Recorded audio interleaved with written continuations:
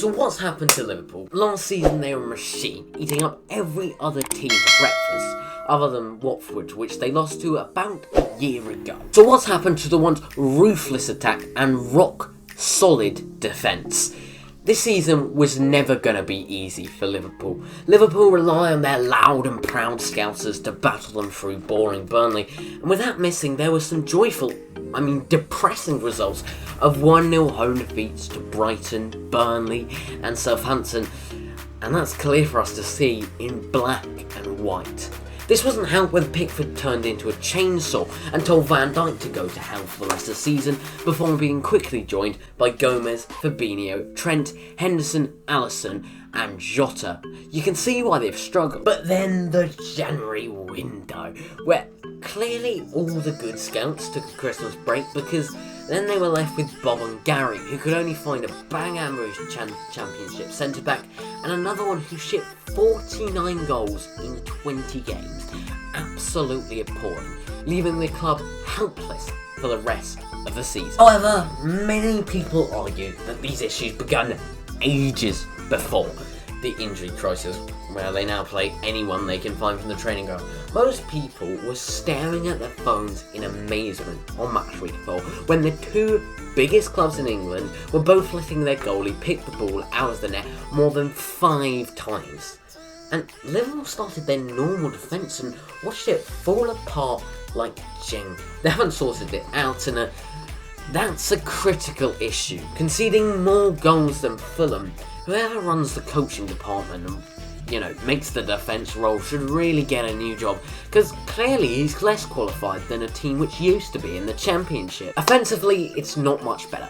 After the Crystal Palace game, Liverpool averaged 0.75 goals per game and went goalless in 7 of them, which is pretty depressing. This goalless, pointless run has also been getting worse. In 13 games, they've only managed to win 3. That's the same as Sheffield United. So, are they not making the chances, or just not scoring the chances they make? Liverpool have put into the box a staggering 623 crosses, which means they have a conversion rate of 0.05.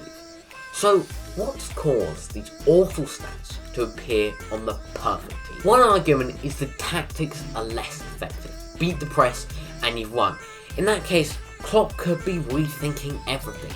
That could be dangerous. Getting it wrong could be the reason why they've thrown their title hopes in a drain. Let's remember they've lost nearly 3 times more this season to last, and we've still got 11 games left. The other argument is that they need the fans and the players, and as soon as they're back, it will all be okay.